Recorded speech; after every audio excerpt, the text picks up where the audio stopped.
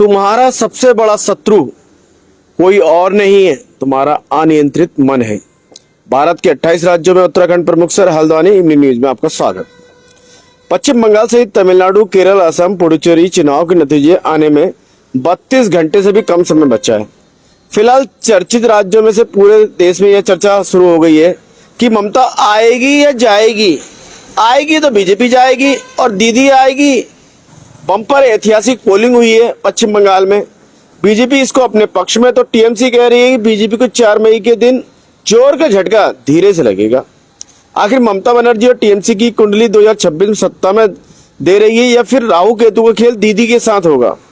आप जानकर हैरान हो जाएंगे कि 4 मई के बाद ऐसा सहयोग बनने जा रहा है जो कोलकाता ही नहीं, दिल्ली की सियासत में भी बड़ा रोल अदा कर सकता है। ऐसा देश के बड़े ज्योतिषाचार्य कह रहे हैं। जी हाँ, आज जिस बीजेपी टीएमसी को आप लोग सांप नेबले की तरह एक दूसरे को नोच खाने पर आमादा है के रूप में देख रहे हैं, 10 को पहले कभी लंगोटी यारों में थे। आइए थोड़ा ब्रीफ कर देता हूँ, हल्का सा ममता के बारे में भी बता देते हैं। सिर्फ 17 साल की उम्र में उनके भीतर स्ट्रीट फाइटर के गुण थे।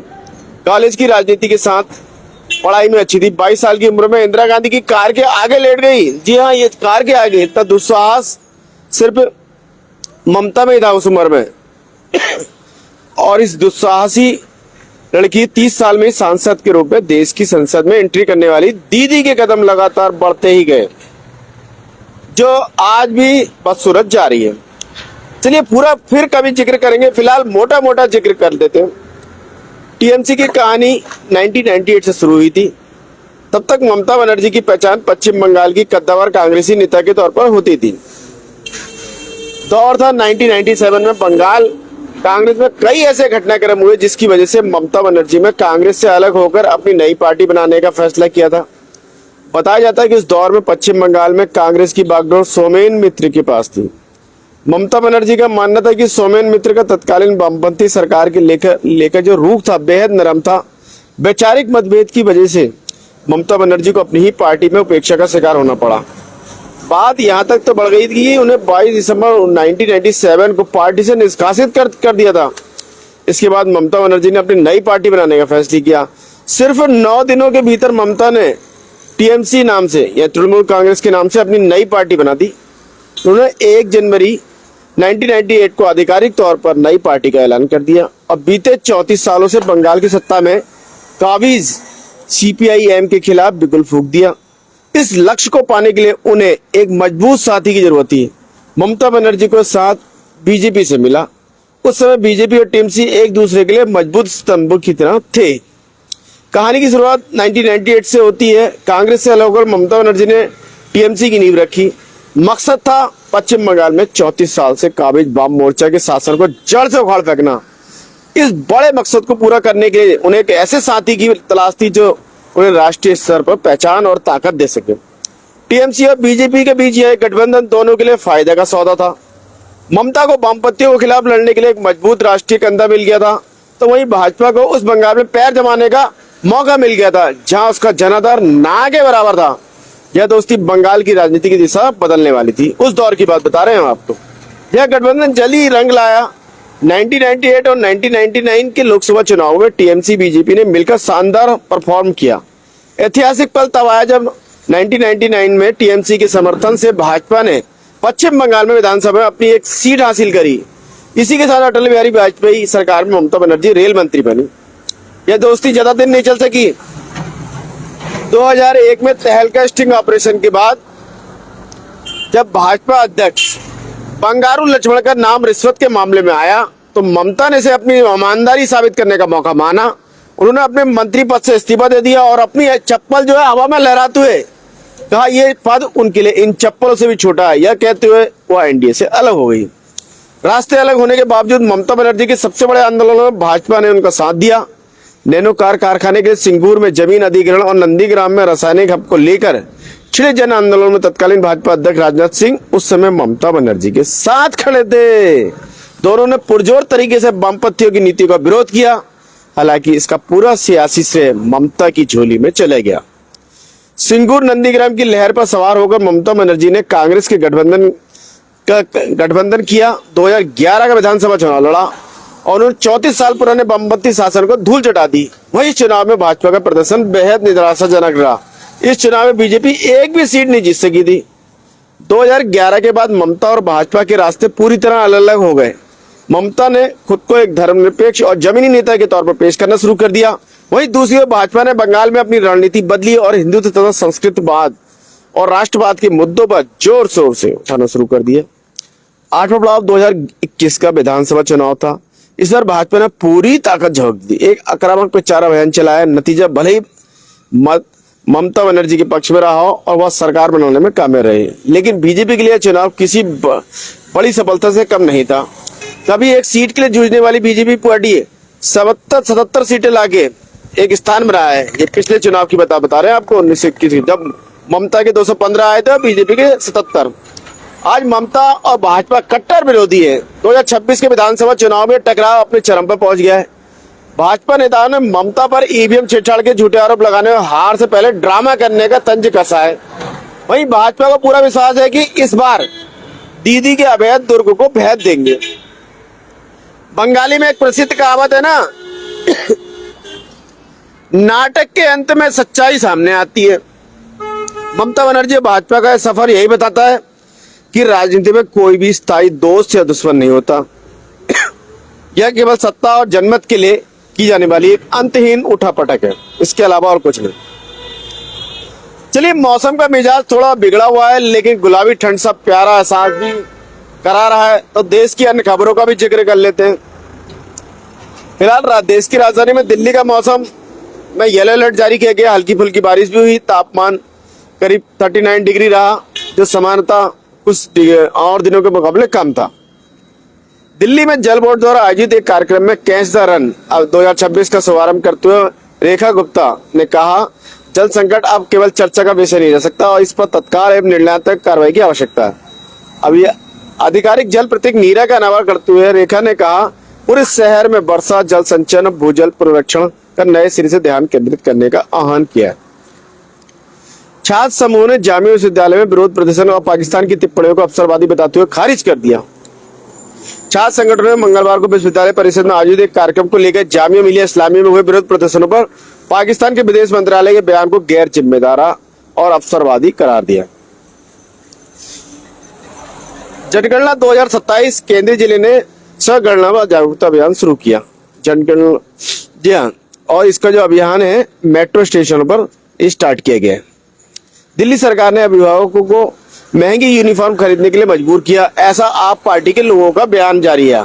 श्री भारद्वाज ने कहा, 15 अप्रैल तक लगभग हर बच्चे ने किताबें खरीद ली, यूनिफॉर्म खरीद ली, अन्य स्टेशनरी खरीद ली। उन्होंने सवाल उठाया रेखा गुप्ता पर, 30 अप्रैल को एक अच्छी तरह से बनाई गई रील क्यों जारी कर रही है, जिसमें वह निजी स्कूलों का निरीक्षण करने की बात कर रही है, जबकि बच्चों ने 15 अप्रैल तक ही खरीद लिया। ये ऐसा एक बड़ा आरोप भारद्वाज जी ने लगाया आप पार्टी के।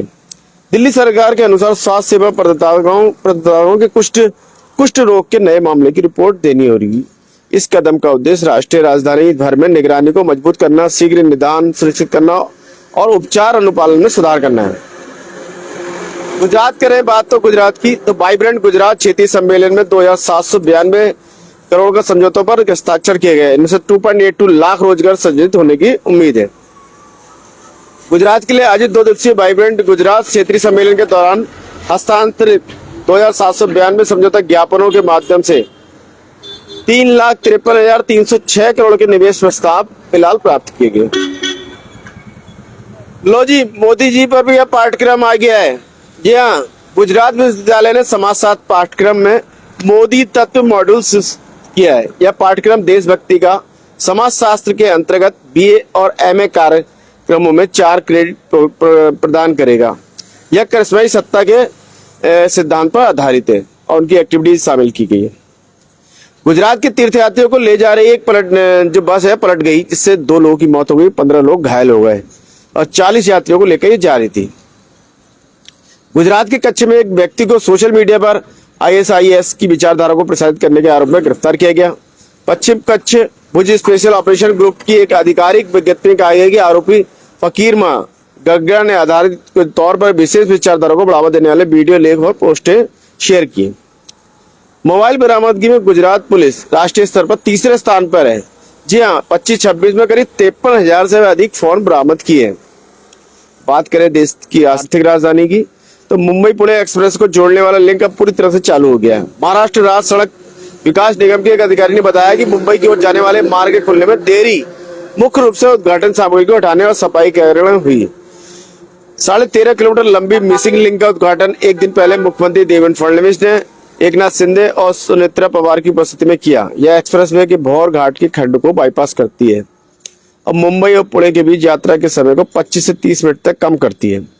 पर्यटक गुजरते समय जो है जिसमें गुजरेंगे दृश्यों को बाहरी दीदार भी कर पाएंगे। इस पुल का निर्माण जो है पहाड़ियों को काटकर बनाया गया।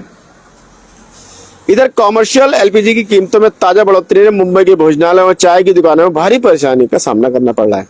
मुंबई के बाहरी इलाकों में बड़ा पाव की दुकान चलाने वाले पवन यादव ने कहा, महाराष्ट्र के इस मशहूर स्ट्रीट फूड की कीमत में 3 रुपए बढ़ोतरी करेंगे क्योंकि पाव की कीमतें बहुत बढ़ गई है। उन्होंने समोसे बनाना भी बंद कर दिया। फिलहाल उन्होंने मेन्यू में सिर्फ बड़ा पाव और पकौड़े ही। यादव ने बताया उनके कारोबार का टर्नओवर टाइम कम हो गया है। उनके कुछ ग्राहकों का कहना है कि बढ़ी हुई कीमत से गरीब और प्रवासी मजदूरों पर असर पड़ेगा क्योंकि बड़ा पाव जो पाव है आम आदमी खाना है। हालांकि ये परेशानी फिलहाल पूरे देश में 28 राज्यों में पूरे। बात करें कर्नाटक की, किस्मत में नहीं बल्कि संघर्ष ने बीएस येदियुरप्पा को बनाया कर्नाटक का सीएम। बिहार विजयन राज्य भाजपा अध्यक्ष ने 9 मई को चित्रदुर्ग में आयोजित सम्मेलन में कहा, कोई राजनीति नहीं केवल अनुभवी नेता को श्रद्धांजलि। इधर चेयरपर्सन का कहना है कि कर्नाटक राज्य औद्योगिक और अवसंरचना विकास निगम बेंगलुरु शिवमोगा उड़ान संचालन को बहाल करने की कोशिश कर रहा है। जून में किसी समय रात्रिकालीन लैंडिंग सुविधा की चालू होने की उम्मीद है। भीषण गर्मी की लहर के बावजूद कलबुर्गी वैश्विक सिटी नेचर चैलेंज में शामिल हुआ। सिटी नेचर चैलेंज एक अंतर्राष्ट्रीय सामुदायिक विकास पहल है जो शहरी जैव विविधता के दस्तावेजीकरण पर केंद्रित है। बात करें केरल की, तो 4 मई को मतगणना की व्यवस्थाएं पूरी हो चुकी है। केरल में 43 स्थानों पर 140 मतगणना केंद्र होंगे। राज्य में मतगणना प्रक्रिया में 15,465 अधिकारी शामिल होंगे। कोच्चि स्थित एनआई की अदालत ने प्रतिबंधित पीएफआई के राष्ट्र विरोधी गतिविधियों में मामले में आरोपी की जमानत फिलहाल मिल गई है। इधर तमिलनाडु चुनाव में विजय निर्णायक नेता के रूप में उभरेंगे, ऐसा क्योंकि एग्जिट पोल भी कह रहे हैं। उन्होंने पत्रकारों से कहा, टीवीके को बलिदान और मानवतावाद निहित और जमीनी स्तर पर काम करने के लिए प्रतिबद्ध पार्टी बताया और फिलहाल उन्हें इस काम में सफलता मिलेगी। छत्तीसगढ़ के कांकेर में माओवादियों द्वारा बिछाए गए पुराने आईईडी के विस्फोट में 3 सुरक्षाकर्मी मारे गए। इधर उड़ीसा के क्योंझार जिले में एक आदिवासी व्यक्ति द्वारा अपनी बहन का कंकाल जो इस पर लेके कंधे पे लेके अधिकारियों को सबूत दिखाने के लिए बैंक में आ गया था। इस बात को गंभीरता को लेते हुए बीजेडी सुप्रीमो ने केंद्रीय वित्त मंत्री को चौंकाने वाली चूक के लिए जवाबदेही करने का आग्रह किया। पश्चिम बंगाल में चुनाव आयोग ने अतिरिक्त मतगणना और पुलिस पर्यवेक्षक की तैनाती के अधिकारियों ने बताया कि आमतौर पर मतगणना के दौरान पुलिस पर्यवेक्षक को तैनात नहीं किया जाता, लेकिन इस मामले में उन्हें मतगणना केंद्रों में प्रवेश करने की अनुमति नहीं दी जाएगी और वे केवल बाहर की कानून व्यवस्था संभालेंगे। भाजपा का कहना है कि बंगाल चुनावों के लिए मतगणना कर्मचारियों को लेकर सुप्रीम कोर्ट के फैसले ने टीएमसी के अनुचित तरीके से सत्ता हथियाने के प्रयास को विफल कर दिया है। भाजपा के राष्ट्रीय प्रवक्ता ने दावा किया कि तृणमूल ने पिछले 10 से 12 वर्षों में संवैधानिक प्रावधानों का दुरुपयोग करते हुए 80 से अधिक बार विभिन्न अदालतों का रुख किया है। भाजपा और टीएमसी ने पश्चिम बंगाल चुनावों के लिए मतों की गिनती पर सुप्रीम कोर्ट के निर्देशों का स्वागत किया। सर्वोच्च न्यायालय ने कहा कि टीएमसी की उस याचिका का कोई आदेश आवश्यक नहीं है जिसमें कलकत्ता उच्च न्यायालय द्वारा 13 अप्रैल के परिपत्र के विरुद्ध दायर याचिका को खारिज करने की चुनौती दी गई है। डाक मत पत्रों की अनधिकृत छटाई का आरोप लगाते टीएमसी ने चुनाव आयोग को शिकायत दर्ज कराई है। सुरक्षा बलों ने मणिपुर में 23 अवैध बंकर नष्ट किए हैं और 13 आईईडी जब्त किए हैं। एक 12 बोर की पंप एक्शन बंदूक, विभिन्न कैबिनेट की 17 कारतूस और चलाई गई गोलियों में 111 खाली खोल जब्त किए हैं। मणिपुर की नई सरकार के तहत कुकी जो विद्रोही समूह के साथ पहली वार्ता आयोजित की गई। केएनओ और यूपीएफ के एक संयुक्त बयान में कहा गया कि दिन भर चली चर्चाओं में परिचालन और सुरक्षा संबंधी मुद्दों पर ध्यान केंद्रित किया गया। दोनों पक्ष स्थानीय आबादी के साथ टकराव को कम करने और सुरक्षा बलों को सुधार करने के लिए एसओ शिविरों को स्थानांतरित करने की आवश्यकता पर सहमत हुए। बिहार के मुख्यमंत्री सम्राट चौधरी ने ऐसी व्यवस्था का प्रस्ताव रखा जिसमें गरीब और अमीर दोनों के बच्चे एक साथ पढ़ सकें। जी हाँ, ये नए आदेश शायद जारी करने वाले हैं, सिस्टम बना रहे हैं। हालांकि पॉसिबल है या नहीं ये तो बाद में पता चलेगा। यूपी कांग्रेस अध्यक्ष अजय राय बेहोश होने के बाद अस्पताल में भर्ती, हालत स्थिर। प्रधानमंत्री मोदी और कांग्रेस नेता राहुल गांधी ने उनके स्वस्थ होने की कामना की है। यूपी में ग्रामीण जल योजनाओं के लिए 10 साल की संचालन और रखरखाव वारंटी ये निर्णय दृष्टिकोण से हटकर जल आपूर्ति पहलों को दीर्घकालीन सेवा उद्योग पर ध्यान केंद्रित करने के बदलाव है। उत्तर प्रदेश के मुख्यमंत्री ने वेतन सुधार की घोषणा के साथ ही चेतावनी दी कि औद्योगिक अशांति से प्रबंधन नुकसान होगा। आदित्यनाथ ने कहा कि औद्योगिक क्षेत्रों में कामगारों को 5 लाख रुपए तक की मुफ्त दी जाएगी प्रतिबद्धता को दोहराया। इधर गंगा एक्सप्रेस वे जो 600 किलोमीटर लंबा है, मेरठ से प्रयागराज तक 7 घंटे पहुंचा दे रहा है। इससे पहले 12 घंटे लगते थे। 36,000 करोड़ रुपए की लागत आई है इसमें। दर्शकों को टोल के बारे में बता दें कि इसमें आना जाना जो है, आना और जाना मिला के करीब 36 रुपए का टोल पड़ रहा है।